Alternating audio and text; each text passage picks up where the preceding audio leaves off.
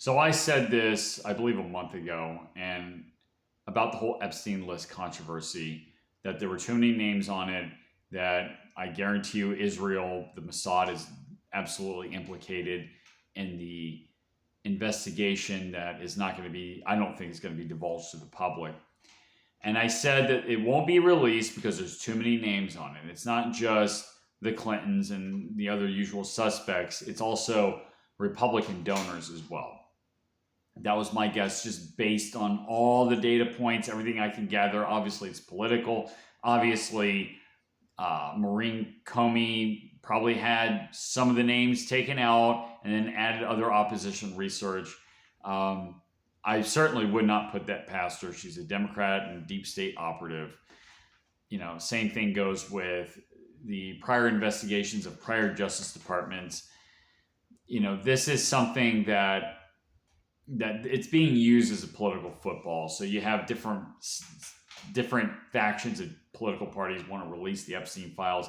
There is a very real concern of the crime that was going on Epstein's Island and associated with Epstein that people want answers for and want accountability for, myself included. But like I said, they're not going to release the list, or at least they're not going to release the whole list because there's too many names on there. I said that our government will probably be decapitated. A lot of the private sector will be decapitated. It'll have implications with foreign policy.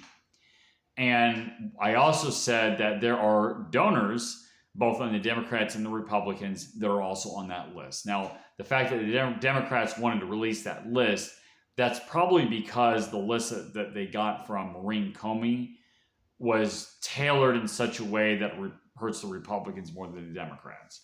That's my guess. You can't sell me on the idea that the big major Democrat donors are not on that list, the original list. Obviously, they are. The Democratic Party is very much involved at the highest levels, are involved with the whole Epstein thing. Okay. So if we were to get a clean release of the facts and we have an investigation and accountability, which I don't think is going to happen, but if we were to move in that direction, both parties would oppose that because, again, like I've said several times, there's too many names on that list. So this was leaked out by Thomas Massie, that is a Republican congressman from Kentucky, and Marjorie Taylor Greene, I think, retweeted this. She also put this out, that John Paulson is the first name that is listed in Epstein's Black Book. Okay, it's one of the names that hasn't been publicly released yet until now. And he's a major donor to Trump, and he's a major donor to Mike Johnson, the Speaker of the House, Mike Johnson. There's other names on there as well, and I'll put a link in the description below of this article so you can read it for yourself.